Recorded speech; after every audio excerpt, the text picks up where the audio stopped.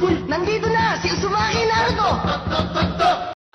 Naruto, sasabihin ko sa iyo ang katotohanan. Huwag! Tumigil ka! 12 taon na ang nakakalipas, isang batas ang ipinatupad sa bayang ito. Isang batas na pinagbabawalan lahat na sabihin sa iyo ang tungkol sa isang napakahalagang bagay na hindi mo dapat malaman. Hindi ko dapat malaman? Bakit ako Huwag lang? mong sasabihin sa kanya, Mizuki! Pinagbabawalan ng lahat na pag-usapan ng katotohanang ikaw ang nambuhalang halimaw. Napakasamaan yung lahat! Kaya pala gano'n na lang kasamaan tingin sa akin ng lahat ng taga rito! Mga sinungaling kayo! Walang sino man sa mga taga rito ang nagmamahal sa iyo, Naruto. Katapusan mo na, Naruto! Naruto! Tumapa ka!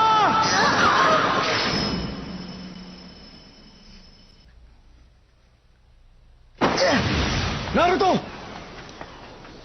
Naruto!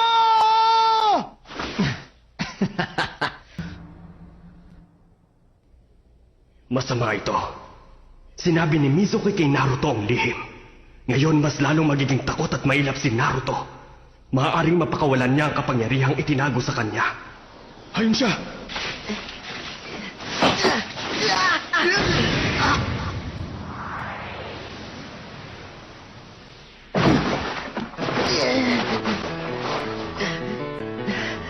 Paano mo nalaman? Naruto! Dahil ako si Iruka.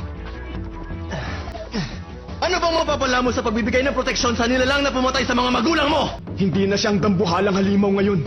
Siya na si Uzumaki Naruto ng Hidden Leaf. Ito na ang katapusan ko. Huh? Naruto! Huwag mong sasaktan si Sir Iruka dahil pag ginawa mo yun, ako ang tatapos sa'yo! Kagibunsin, Dignik!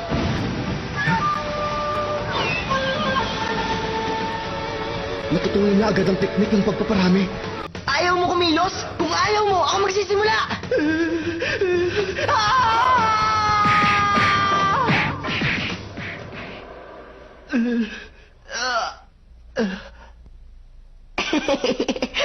Napasobra yata ang ginawa ko sa kanya. Naruto, halika sa tabi ko. May isang bagay lang akong ibibigay sa'yo. Sir Iruka, ngayon na ba? O sige, pwede mo nang imulat ang mga mata mo. Naruto, binabati kita.